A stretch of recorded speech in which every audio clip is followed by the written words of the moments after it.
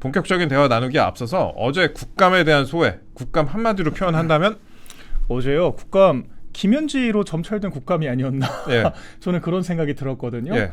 좀 짧게 짚어보자면 일단 법사위, 과방위, 정무위에 좀 재미있는 이슈들이 한 가지씩 있었습니다. 아 그렇죠. 일단은 법사위 같은 경우에는 그 또 연어 술 파티 가지고 박상영 검사를 불러가지고 또 이제 얘기를 추궁을 하다가 결과적으로 김현지가 설주환 변호사가 이화영 그 전 평화부지사 변호사였잖아요. 그렇죠. 김현지가 쫓아냈다라고 하는 사실이 폭로가 되면서 또 발칵 뒤집히는 모습들이 있었고, 이 두 번째로 이제 과방위에서는 박정훈 의원이 이제 김현지가 과거 경기 동부연합과 연루된 거 아니냐. 아 그렇죠. 아까 종북단체거든요. 이런 의혹 제기를 했는데 또 증거가 판결문이었어요. 그래서 또 파장이 컸다는 점. 그리고 정무위에서는 그 총리실 비서실장이 나와서 반미는 의사표현이지만 반중은 인간 혐오다. 이런 망언을 내뱉어서 상당한 논란이 됐습니다. 예. 이게 다양했네요. 그래서 이준석 위원장이 한마디로 일축을 하시더라고요. 이재명 정권은 비정상의 유노멀이 됐다. 이렇게 좀 정리할 수 있는 국감이 아니었나 생각이 됩니다. 알겠습니다. 저는 어제 이 장면이 가장 인상 깊었습니다. 영상 하나 보고 가실게요. 한 20초 정도 됩니다. 조용히 해! 왜 반말을 자꾸 하세요? 시간을 주셔야죠. 왜 반말을 하세요? 왜 혼자서만 계속 반말하세요? 연생 안에서 반말 됩니까? 원칙해 주세요. 원칙해 전하죠. 방세요. 자, 위원장이 허락하겠습니다. 박지원 의원님에게 1분 더 드리세요. 최고령 여당 의원님이 야당 의원에게 조용히 해. 너한텐 반말해도 돼. 야, 이러고 있어요. 이게 참 우리나라 국회 현실인 것 같은데 참 할 말이 없네요. 그러니까 박지원 의원이 이렇게 얘기를 하는 모습을 김대중 전 대통령이 보면 뭐라고 얘기를 할지 좀 궁금합니다. 전 그 생각이 좀 들었습니다. 나 홀로 치외법권에 계시는 것 같아요. 보면은 사실 나경원 의원 아직까지 간사 내정자 신분이거든요. 그렇죠. 아직까지 내정자입니다. 근데 그 핑계를 대는 게 그때 이제 법사위에서 있었던 초선이라고 얘기를 하면서 다선이라고 하는 걸 앞세웠다고 민주당이 또 비판을 했었잖아요. 그러면서 무슨 뭐 공소 취소를 한동훈에게 청탁을 하지 않았냐 그런 얘기들을 했는데 사실 그런 것들이 지금 다 박지원 의원 한 사람으로 반박이 되는 겁니다. 그렇죠. 지금 법사위 저 자리에 앉아가지고 이 정성호 법무부 장관을 불러다 앉혀놓고 자기 그 서해 공무원 피살 사건에 대해서 공소 취소해달라고 얘기를 당당하게 하지 않습니까? 그리고 어제도 나이에 대해서 나는 너라고 해도 돼 라고 이야기를 하는 그러니까 신동욱 의원이 또 굉장히 점잖게 반론을 했어요. 이게 우리가 사석에서나 그럴 수 있는 것이지 이게 개별 헌법기관으로서의 국회의원을 존중을 해야 되는 건 당연한 거고 국회 지금 국감장이지 않습니까? 그런데 전혀 격식에 맞지 않는 저런 이야기들을 했다라고 하는 점. 그러니까 법사위 자체가 지금 아수라장이 되고 있는 것 같아요. 그러니까 이게 국회가 저희가 그 바닥 밑에 지하실이 있다라고 하는 거를 매일 보여주고 있는 것 같아요. 멘트까지 왔어요 지금. 그러니까 그 최병천 의원도 그 뭐 도요토미 히데요시라고 하는 정말 커뮤니티 돌아다니는 그런 그 악플러들이 지금 국회에 와가지고 저렇게 얘기하고 있다라고. 최혁진 의원. 최혁진 죄송합니다. 최혁진 그렇게 해도 이 방불케하는 그런 장면들을 연출을 했고 어제도 굉장한 또 막장극을 연출을 했잖아요. 그러니까 이런 것들이 더군다나 여당 의원들에 의해서 자행되고 있다라고 하는 점이 대단히 놀라웠습니다. 그 법사위 말씀하셨으니까 좀 이어가 보도록 하겠습니다. 어제 중요한 내용 굉장히 많이 나왔습니다. 박상용 검사 아시죠? 시청자 여러분들. 대북 송금 수사했다가 좌천되고 국회로 수시로 끌려 나오는 그런 신세가 된 박상용 검사 참 안타까운데 박 검사가 이화영 지사 변호인이 김현지 실장에게 질책을 받아서 사임한다고 말했다라고 충격 발언을 했습니다. 그 변호인 우리가 잘 아는 변호사죠. 설주환 변호사인데 야 이런 폭로가 나왔습니다. 폭로. 일단 박 검사가 설 변호사가 당시에 갑자기 사임해서 이유를 물어보니까 김현지 실장으로부터 전화로 질책을 많이 받아서 더 이상 나올 수 없다라고 했다. 이 전 부지사가 절박하게 설 변호사에게 와달라고 요청을 했지만 설 변호사는 김 실장이 전화로 굉장히 모욕적인 언사를 했고 그래서 도저히 변호에 참여할 수 없다고 했다라고 말했습니다. 그러니까 당시만 해도 이화영 전 부지사가 절박하게 와달라고 했는데 안 갔다. 이런 상황이 있었다라는 거고 지금 이화영 전 부지사 얘기를 좀 해보자면은 설 변호사는 제가 원래 선임한 변호사가 아니고 어떠한 계기에 의해 제 사건을 돕겠다고 했다. 원래 다른 변호사를 선임했었는데 그분이 오시지 않아서 아내에게 말했더니 설 변호사가 돕겠다고 나섰다. 뭐 이렇게 반박을 했다고 합니다. 야, 이런 일이 있었습니다. 그러니까요. 사실 이게 이화영 평화부지사 사건, 불법 대북 송금 사건이잖아요. 이 같은 경우에는 거의 유죄가 확실시가 됐기 때문에 더군다나 정권이 교체가 되고 이것을 방어하기가 어렵다라고 생각을 했기 때문에 많은 변호인들이 변호를 고사했던 것으로 저는 알고 있습니다. 거기에 대해서 설주환 변호사가 사실 뭐 패널로도 많이 나오잖아요. 저랑도 이제 사적으로 편하게 얘기할 정도로 가까운 사이인데 굉장히 순박하고 소년미가 있는 분이거든요. 아마 이때도 굉장히 좋은 마음으로 좀 변호를 돕고자 했던 것 같아요. 그런데 변호를 하다 보니까 김현지가 일단은 충격적인 게 하나는 그런 그 이재명 관련 사건들을 다 관리를 하고 있었다라고 하는 거죠. 그래서 설주환 변호사에게 전화를 해서 너무도 모욕적인 발언을 했다라고 하는 게 지금 설주환 변호사 측의 이야기인 것이고요. 설주환 변호사가 직접 얘기를 했어요. 김현지 실장이 갑자기 전화를 해가지고 이화영이 설주환이 검찰에 협조하도록 자신을 회유한다 하는데 사실이냐라고 물었다. 그래서 수사 내용을 김현지 실장에게 당시에 보고를 했었다. 그러니까 이런 주장에 따르면 국정감사에 나와야 되는 거죠. 그렇죠. 맞습니다. 그래서 이화영 평화부지사는 굉장히 변호인을 필요로 했는데 김현지가 판단을 하기에는 이것은 오히려 검찰 측에 협조를 하고 있는 게 아니냐라고 의심을 했고 그런 취지로 이야기를 했기 때문에 더 이상 설주환 변호사가 변호를 계속할 수가 없었다라고 하는 점, 그러니까 직접 통화까지 했다라고 하는 거죠. 근데 저희가 사실 전 여기서 어떤 생각이 들었냐면 김현지가 왜 국정감사 못 나올까라고 했을 때 저는 개인적으로 그런 의구심을 가진 적이 있거든요. 이재명 재판이 5개나 있었잖아요. 그렇죠. 그리고 이재명 재판에 참여했던 변호사들이 지금 다 영전을 했습니다. 5만 대 다 들어가 있고 되고 심지어는 헌법재판관 후보자로까지 거론이 되었을 정도로 지금 뭐 법제처장을 비롯해서 요직에 다 들어가 있는데 이런 인사를 과연 누가 주도를 했을까라고 하면서 결과적으로 이 이재명이 가지고 있는 여러 사법 리스크들을 총체적으로 관리하고 이런 것들이 말이 새어나오지 않도록 뒤에서 여러 인사나 이해관계들을 조율해 왔던 것이 김현지 아닌가라고 하는 의구심이었거든요. 근데 이런 것들은 누가 봐도 총무비서관의 이 역할 관할권 밖에 있습니다. 그렇기 때문에 집권을 하고 나서 만약에 이런 식의 행위들을 했던 것이 맞다라고 하면은 이거는 굉장한 문제가 되거든요. 국정농단이라고 해도 과언이 아닙니다. 그러니까 이재명에 대한 보훈성 인사를 김현지가 주도를 했고 그런 것들이 업무 그 직능 관할과 전혀 상관없는 자리에 꽂아주기식으로 인사를 했다라고 하면은 이게 바로 게이트거든요. 그러니까 결과적으로 저희가 심중으로 가지고 있던 의심이 어느 정도 확신으로 가는 장면이 어제 있었다라고 하는 거죠. 그러니까 이렇다라 그러면은 국감장에 나와서 좀 밝힐 책임이 있다라고 생각을 하거든요. 그렇죠. 그러니까 그냥 막연한 음모론이 아니라 상당히 구체적인 지금 사실관계가 드러난 겁니다. 이거 약간만 파도 이 정도. 제 말이요. 놀랐습니다. 저도 굉장히 놀랐습니다. 저 그 부분도 궁금해요. 그 이화영 전 부지사의 그 아내가 법정에 출석했고 당신 정신 차려! 막 이랬었는데 굉장히 강하게 뭐 주장을 했었는데 그 과정에 혹시 김현지 실장이 개입을 했는지 그 여부 좀 궁금합니다. 이거 뭐 취재를 해보거나 수사를 해보면 어느 정도 얘기가 나올 것 같긴 한데 국정감사를 통해서 출석을 하면 이 얘기도 또 나올 것 같은데요. 그 제가 아까도 좀 말씀을 드렸죠. 김현지 실장에 대한 검색량이 다시 수직 상승하고 있습니다. 인터넷에서 수직 상승하고 있는데 어제 박정훈 의원도 판결문을 가져왔고 기자회견을 했습니다. 그랬더니 뭐 대통령실이 50대도 안 먹힐 프레임이다라고 했는데 박정훈 의원이 뭐라고 얘기를 했냐. 그러니까 김현지 실장이 김일성 추종 세력과 연결이 되어 있다. 경기 동부연합과 연결이 되어 있다라고 하면서 당시 이제 판결문 같은 걸 많이 갖고 왔어요. 근데 우리는 여기서 판결문은 좀 기니까 박민영 대변인의 페이스북 하나 저희가 띄워보겠습니다. 박민영 대변인 페이스북을 저희가 띄워볼게요. 내용을 띄워보면은 판결문에 적시된 내용은 프레임이 아니라 팩트라고 하는 겁니다. 억울하면 대변인 방패막이 세우지 말고 본인이 직접 운영위 국감장에 출석해서 항변하세요. 판결문 그대로 읽어드리겠습니다. 본인 입으로 한번 읽어주세요. 목소리로.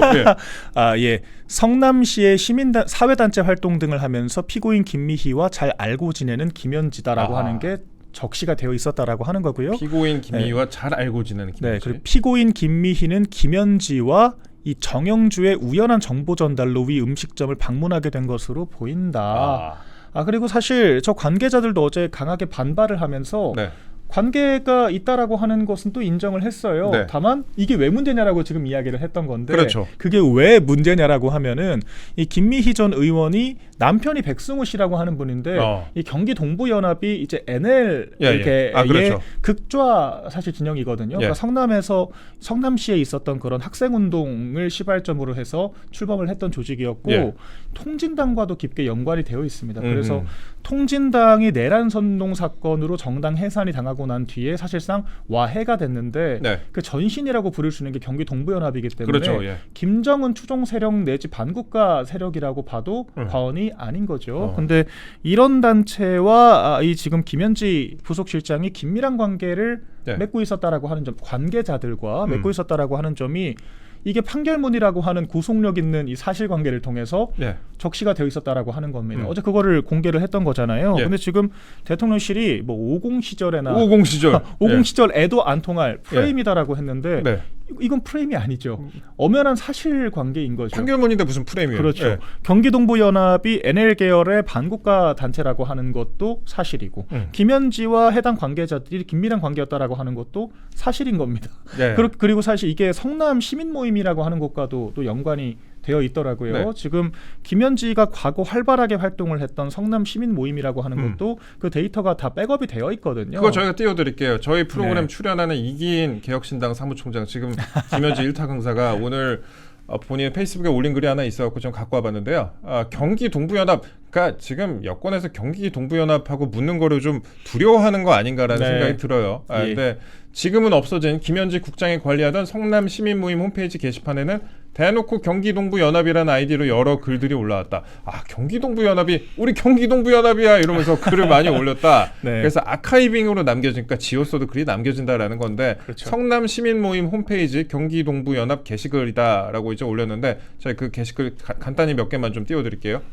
그 글자가 많이 작습니다. 글자가 많이 작은데 글자 읽으실 필요는 없고요. 밑에 보시면 그 경기 동부연합이라고 써 있습니다. 민족주의 민족통일 경기 동부연합. 그래서 무슨 성명서다, 성남 성명서다 이렇게 써놨고 다음 넘겨주세요. 그러면 여기는 글 쓰신 분의 경기 동부연합, 경기 동부연합, 경기 동부연합 내용에도 많이 써 있고요. 김대중 정권 규탄 대회라고 써 있었네요. 이런 일이 있었네요. 다음 거로 넘어가겠습니다.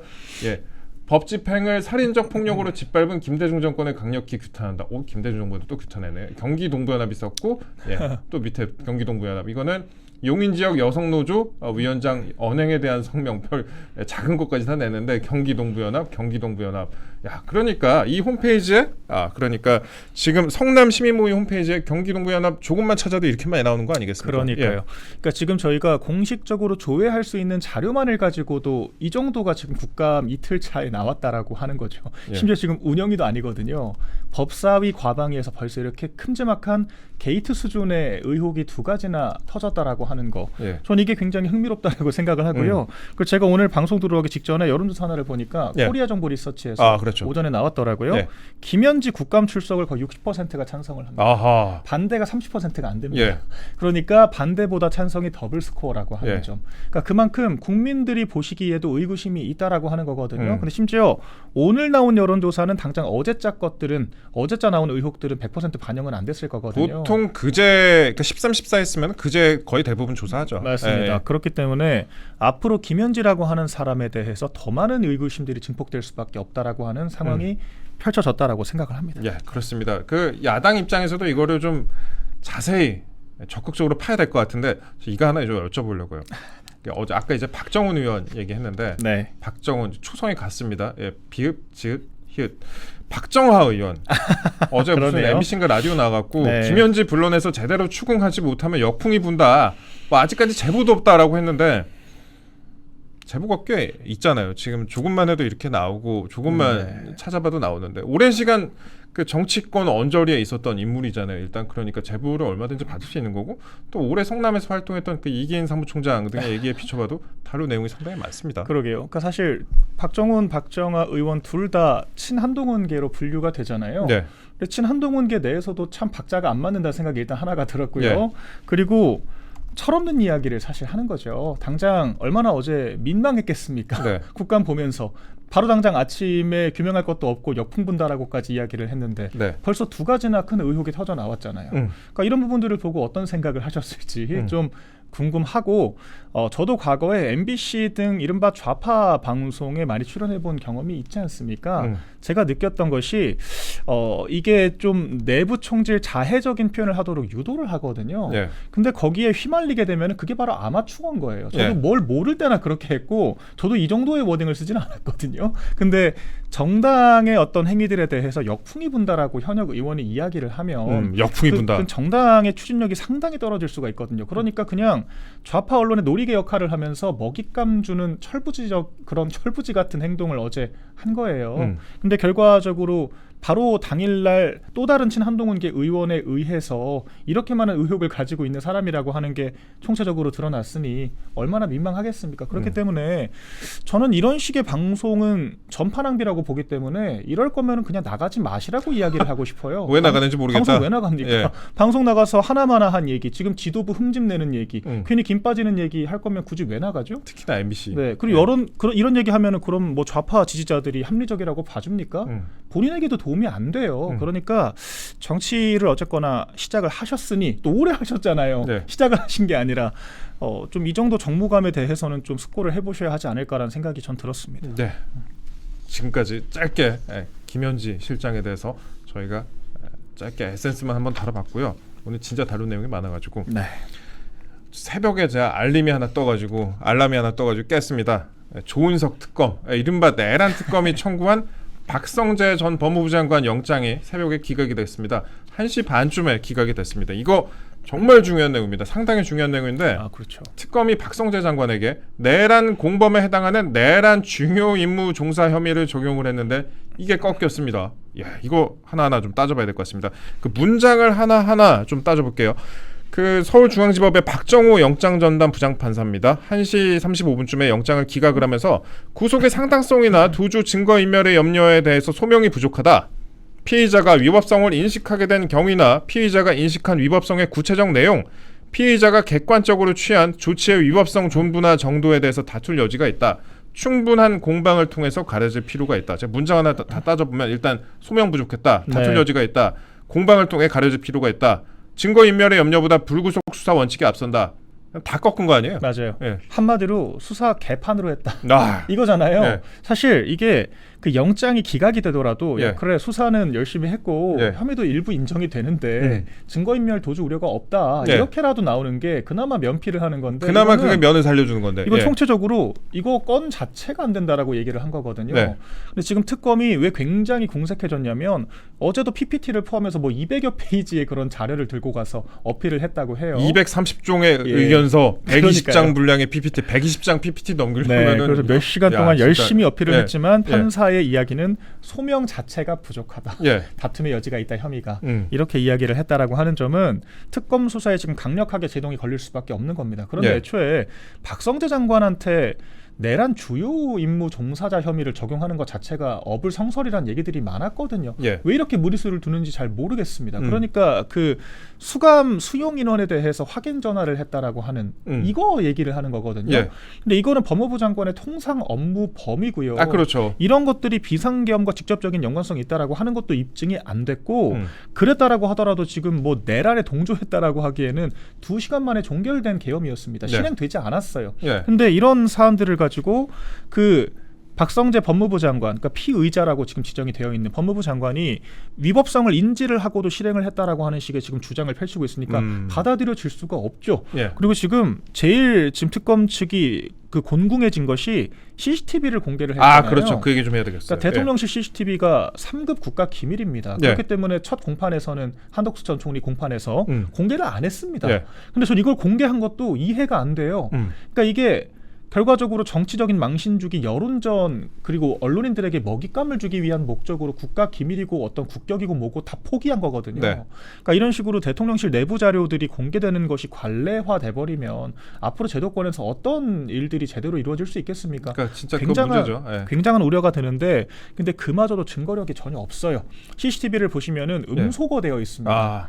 영상만 있습니다. 그러니까 언어를 전혀 확인할 수가 없고 예. 비언어적인 표현. 그러니까 굉장히 짜치는 게 속된 말로 한덕수 전 총리가 고개를 끄덕끄덕했다라고 하는 걸 가지고 네. 내란에 동조했다고 주장을 합니다. 근데 이게 말이 안 되잖아요. 아니 그 한덕수 전 총리가 어떤 윤 전 대통령이 그런 어떤 반국가 세력들이라고 주장하는 그런 사람들의 잘못된 행동들을 어필하는 과정에서 공감을 했던 건지 비상계엄 선포를 공감을 했던 건지 전혀 확인할 수가 없는데 이런 것들 하나 들고 와가지고 핵심적인 증거다라고 강력하게 주장을 했다라고 하는 것 자체가 다른 말로 이거 말고는 근거 없다는 거거든요. 네. 근데 그 증거조차 증거력이 없고 법원에서 사실상 기각이 됐기 때문에 아무런 의미가 없다는 겁니다. 예. 그리고 박성재 이상민 전 장관도 웃었다라고 하면서 이게 동조한 거 아니냐. 그거 뭐 이런 얘기하고. 조금만 더 여쭤볼 부분이 있습니다. 저희 약간 이해가 안 됐던 게 최근에 이제 아까 말씀하신 것처럼 대변인 말씀하신 것처럼 특검이 국무회의 CCTV를 재판에서 대대적으로 공개를 했습니다. 재생을 했고 이거를 특히 좌파 언론에서 대대적으로 또 받아서 썼죠. 이상민 전 장관하고 한덕수 전 총리가 문건을 들고 있다. 누구는 웃고 있다. 이 자세에 대해서도 상세히 한번 보도하기도 했었는데 한 전 총리 등이 위증을 했다라고 대대적으로 보도를 하기도 했고요. 그 보도는 보도라고 칠게요. 그런데 저는 헌법재판소 생각이 좀 나더라고요. 헌법재판소에서 탄핵을 결정을 하면서 윤 전 대통령 탄핵을 결정을 하면서 형식적 국무회의였다라고 명시한 부분이 있습니다. 맞습니다. 그러면 이제 두 가지 주장이 모순이 돼요. 상충돼요. 맞습니다. 상충이 됩니다. 네. 그러니까 국무회의 CCTV를 언론에서 비판할 거면 국무회의가 일단 열렸던 거 아닙니까? 그렇죠. 그거 아니면 CCTV를 비판하지 말았어야죠. 그렇죠. 국무회의가 아닌데 어쨌든 간에 CCTV입니다. 이렇게 주장할 것도 아니고 이건 국무회의인데 CCTV입니다라고 주장을 했습니다. 맞아요. 그렇게 참석자를 비난할 정도로 국무회의가 열렸으면 현재 형식적 국무회의라는 그런 결정이 모순이 되잖아요. 맞아요. 예. 그러니까 정리하자면 한덕수, 박성재, 이상민 등 총리 장관들이 국무회의 주제에 적극적으로 참여했다라고 주장을 할 거면 국무회의가 형식상 오류가 있었다라고 하는 주장은 기각이 되는 거예요. 네. 만약에 국무회의가 형식적인 오류가 있었다라고 주장을 할 거면 대통령 외 총리 장관들은 모두 반대를 했고 제대로 된 요건을 갖추지 못했다라고 이야기를 해야 됩니다. 그런데 지금 특검과 헌법재판소가 상충된 얘기를 하는 것이 장관 재판들이 적극적으로 동조했다라고 총리가 동조했다라고 이야기를 하면서도 형식을 갖추지 못한 국무회의라고 이야기를 하고 있다라고 하는 거예요. 이 한 문장이 모순되지 않습니까? 그렇기 때문에 지금 특검이 앞뒤가 안 맞는 주장을 하고 있다라고 생각이 되고요. 오히려 공격을 할 거면 한 가지만 했으면 좋겠어요. 제 말이 그 말입니다. 오히려 이 CCTV가 만약에 이 사람들이 적극적으로 어떤 계엄에 공모했다라고 하는 게 인정이 된다면 반대로 윤 전 대통령 재판에서는 국무회의의 형식에 대해서는 문제 삼을 수가 없는 거예요. 그렇죠. 그러니까 이게 아무리 다른 특검이더라도 다른 검사가 공소유지를 하더라도 이렇게 같은 특검에서 나온 검사들이 모순된 주장을 하면은 법원도 인정하기가 어렵지 않겠습니까? 그렇기 때문에 지금 아무 증거나 갖다 붙이다가 자가당착의 오류에 빠졌다라고 보여집니다. 이거 진짜 당시에 헌법재판소에서 탄핵을 했을 때 그때 명시했던 그 주요 사유 중에 하나였습니다. 그렇죠. 국무회의를 열지 않았었다. 그런데 CCTV까지 공개했고 국무회의가 있다라고 주장을 하는 거. 그 주장을 좀 한 가지만 했으면 좋겠다라는 생각이 들고 그 당시에 하나만 덧붙이자면 한덕수 전 총리의 어떤 탄핵소추안이 기각이 되면서 그 내용 중에 하나가 국무회의 요건에 대해서 한덕수가 총리라고 하는 사람이 대통령에게 이런 주재의 제청을 할 수는 있겠습니다만 국무회의에 그 국무회의의 의결권을 가지고 있는 대통령의 결정에 구속되지 않기 때문에 그러니까 총리나 장관들이 반대한다라고 해서 영향을 주지 않기 때문에 여기에 적극적인 당사자라고 볼 수가 없다라고 하는 게 기각의 논리였거든요. 그런데 지금 결과적으로 드러난 사실관계를 봤을 때는 동참을 했다라고 하는 사실이 인정이 되면 윤 전 대통령에 대해서 이것은 졸속 형식을 갖추지 못한 국무회의였다라고 하는 주장도 마찬가지로 기각이 되어야 한다라는 건데 지금 너무도 많은 사실관계들이 혼재가 되어 있는 것 같습니다. 네, 그렇습니다. 이게 그리고 얼마 전에 그 김건희 여사 특검 같은 경우에는 사망 사건이 또 벌어지기도 했었죠. 금단장님이 그 유명을 달리하는 그런 사건이 있기도 했었는데 또 이번에도 무리한 수사가 아니었냐 그런 지적이 나옵니다. 그리고 또 우리가 그 오늘 영장 기각으로 인해서 앞으로 또 전망을 좀 해보자면은 그 박성재 장관 영장이 기각이 되면서 그 막바지에 지금 이른 그 계엄 국무회의 관련된 수사도 속도 조절이 불가피할 것으로 그렇게 전망이 된다. 원래는 조태용 전 국정원장 소환 조사하고 신병 처리 방향을 결정한 후에 그 후에 이제 계엄 국무회의 참석자들에 대한 수사를 마무리할 계획이었는데 이게 지금 완전히 올스탑되게 된 그런 상황이고요. 그 다음에 또 지금 추경호 의원에 대해서 수사 특검이 엄청 하고 있잖아요. 그러니까 박성재 장관의 구속영장 기각은 마찬가지로 그 내란 중요 임무 종사 혐의를 받는 내란 중요 임무 종사 혐의.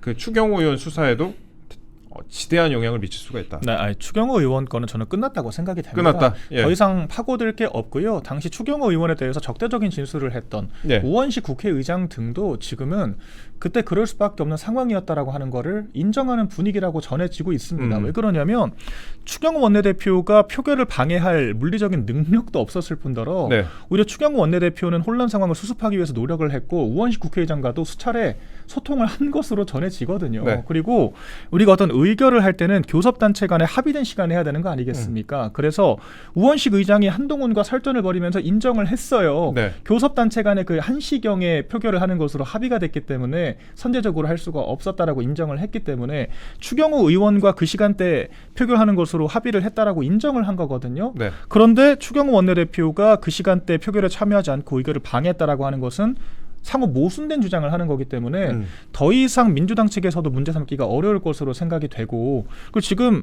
그러니까 4번 총 바뀌었다는 거 아니겠습니까? 네. 처음에 국회로 오라 그랬다가 혼란 상황 계속되니까 국회 출입이 안 되니까 당사로 오라 그랬다가 그 당사로 오라고 한 거는 한동훈이 또 얘기를 했다는 거 아니에요? 두 예. 번째는 그러니까 추경 원내대표가 윤 전 대통령과 통화 직후에 바로 다시 국회로 오라 그랬다가 마지막에 이제 국회에서 정리가 안 되니까 다시 당사로 와달라고 요청을 했다. 그렇죠. 이게 사실관계의 전부입니다. 이것만을 가지고 추경호 전 원내대표를 무슨 뭐 내란에 종사를 했고 비상계엄을 사전 인지를 했다라고 이야기하는 건 누가 봐도 억지고 이거는 영장이 됐건 뭐가 됐건 100% 기각이 될 거라고 저는 확신을 하거든요. 네. 그렇기 때문에 특검이 박성재 전 장관 같은 사실 국무회의라고 하는 좀 확정적인 쟁점에서조차도 지금 승전보를 울리지 못하는 상황에서 추경호 의원까지 전선 확대하는 것은 너무도 무리수기 때문에 저는 이 건수를 물고 늘어지긴 어렵다라고 생각을 하고 실제 지금 민주당을 보시면요. 국민의힘 정당 해산이라고 하는 주장이 쏙 들어갔습니다. 아, 그렇죠. 이제 네. 그런 말 못합니다. 그러니까 지금 민주당의 주장들이 하나 둘 사라지게 되면서 상당히 민주당 측이 곤궁한 상황이 되고 있다라고 보여집니다.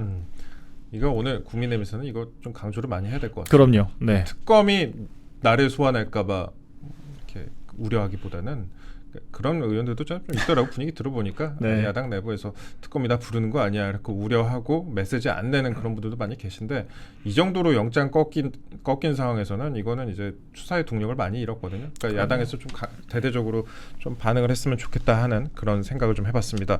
저희 아직도 이슈가 조금 더 남아 있어갖고 한두 개만 더 다뤄보도록 하겠습니다. 빨리빨리 해볼게요. 백혜룡 경정이라는 사람이 있습니다. 요즘에 이 이름 조금씩 보도가 나오고 있어요. 윤 전 대통령 부부가 저 사람입니다. 윤 전 대통령 부부가 내란 수행 자금을 위해 마약 밀수를 독점했다.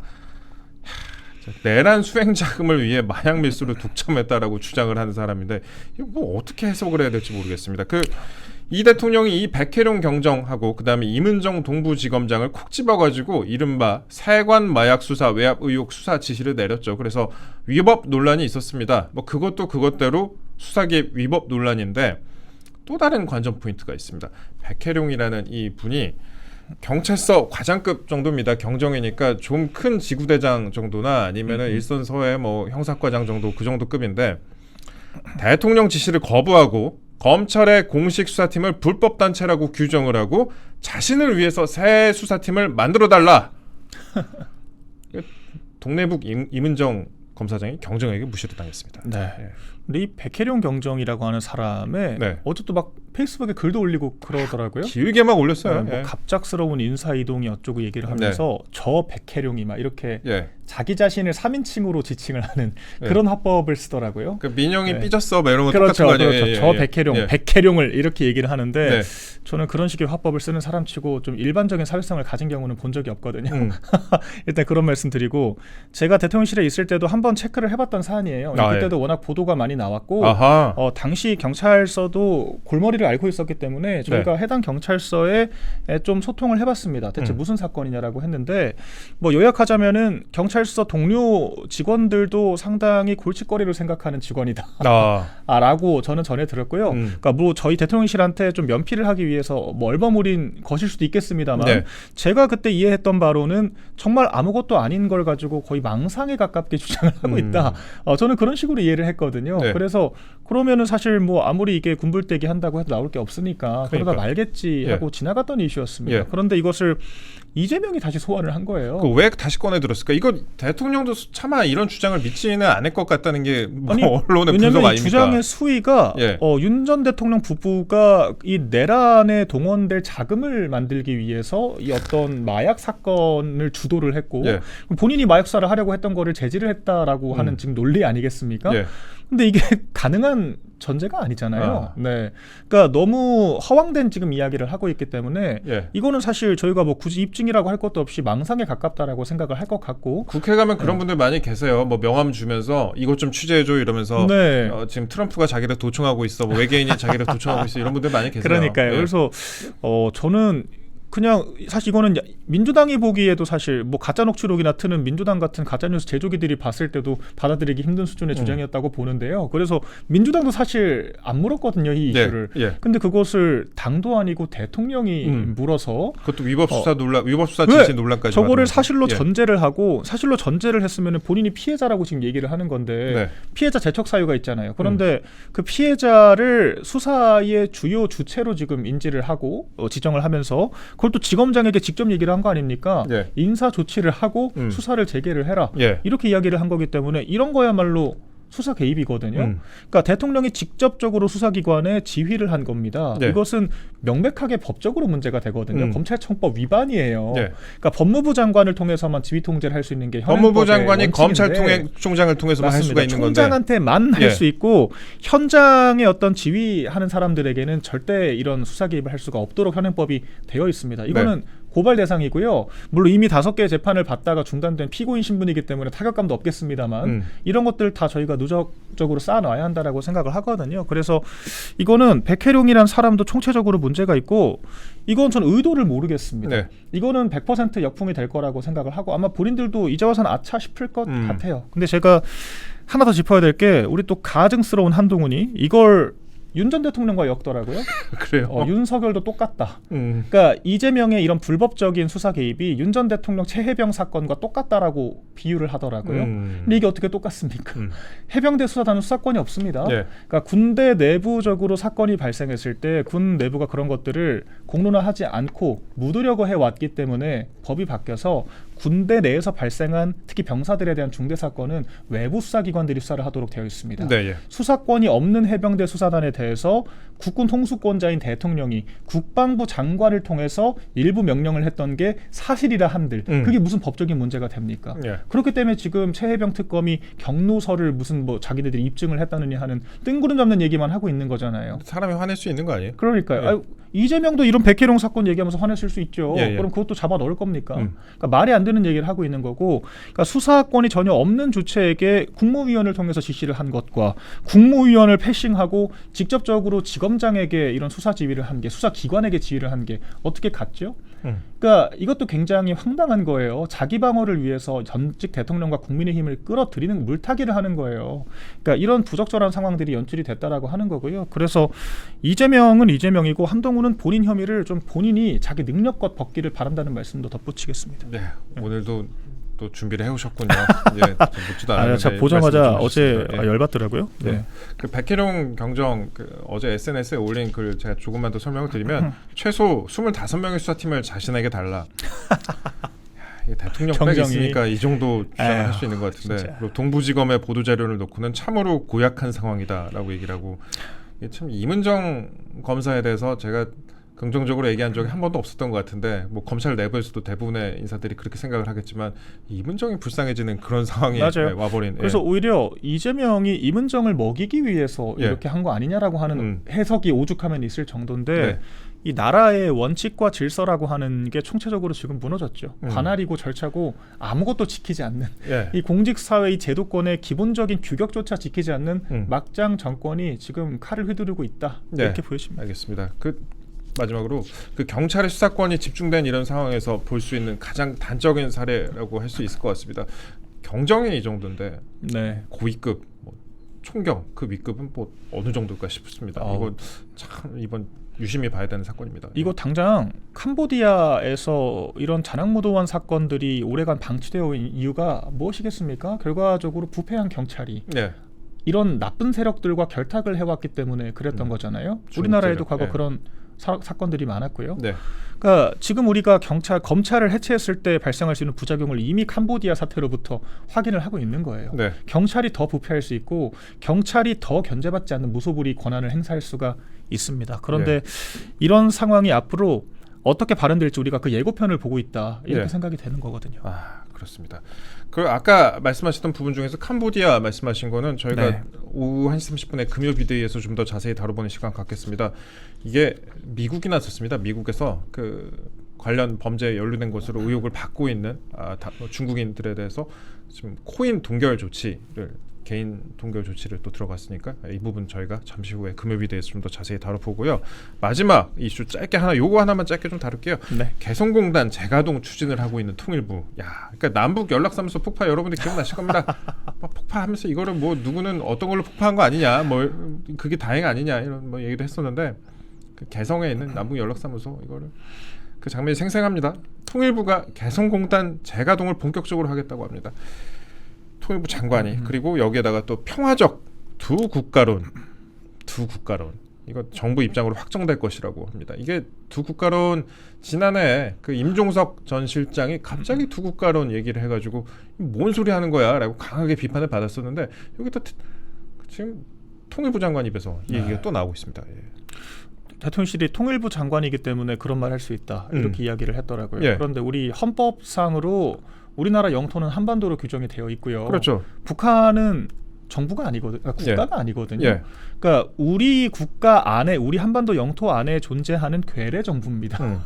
그렇기 때문에 우리가 헌법상으로 북한의 인민들도 우리나라 국민으로 보호할 책임이 발생을 하는 거고요. 우리 헌법 정신이 그렇습니다. 그런데 두 국가로는 우리 헌법을 정면으로 부정을 하는 거기 때문에 사실 상상을 초월하는 주장이거든요. 그런데 워낙 국정을 막장으로 하다 보니까 이제 이런 것들도 저희가 좀 뭐라 그럴까요? 별로 이제 경각심을 못 느끼는 단계까지 온 것 같아요. 굉장히 심각한 발언이거든요.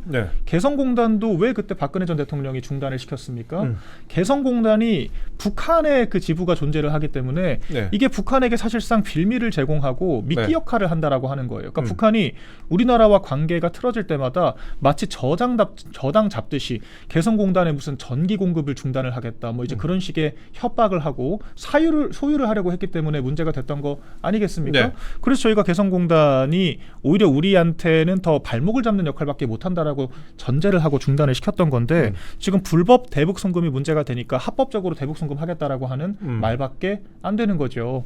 그리고 이게 사실 우리나라 국내법상으로는 둘째치고서라도 국제법 위반입니다. 그렇죠. 유엔 안보리 대북 제재 결의 위반입니다. 위반입니다. 유엔이 우리나라 제재해도 지금 할 말이 없는 이야기들을 매일 쏟아내고 있는 거예요. 더 큰 문제는 지금 북한이 미국을 타격할 수 있는 미국 본토를 타격할 수 있는 3대 국가다 이렇게 시켜 세우고 있거든요.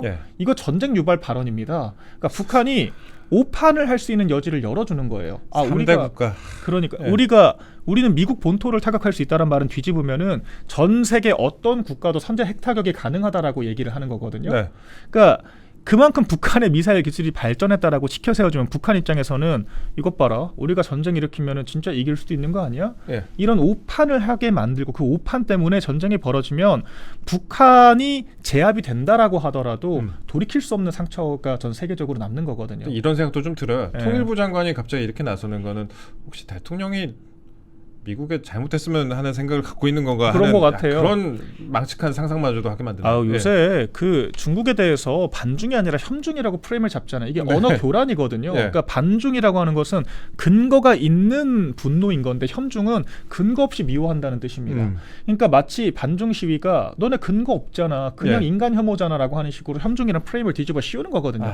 그러니까 근데 반미 시위는 양키 고홈하고 트럼프 사진 들고 와가지고 현장에서 막 찢는 퍼포먼스 하고 이런 거 하는데 그거는 반미래요. 근거가 있다라고 하는 거예요. 그러니까 이게 지금 나라가 총체적으로 공산화되고 있는 것 같습니다. 제가 봤을 때 홍콩의 전철을 그대로 밟고 있어요. 그러니까 국민적인 인식을 미국을 악마화하고 중국을 오히려 성역화를 하면서 테라포밍을 하고자 하는 이런 의도가 지금 노골적으로 발현되는 게 아닌가 싶고, 지금 그 선봉장에 MBC 같은 이 좌파 부역하는 언론들이 서 있는 거예요.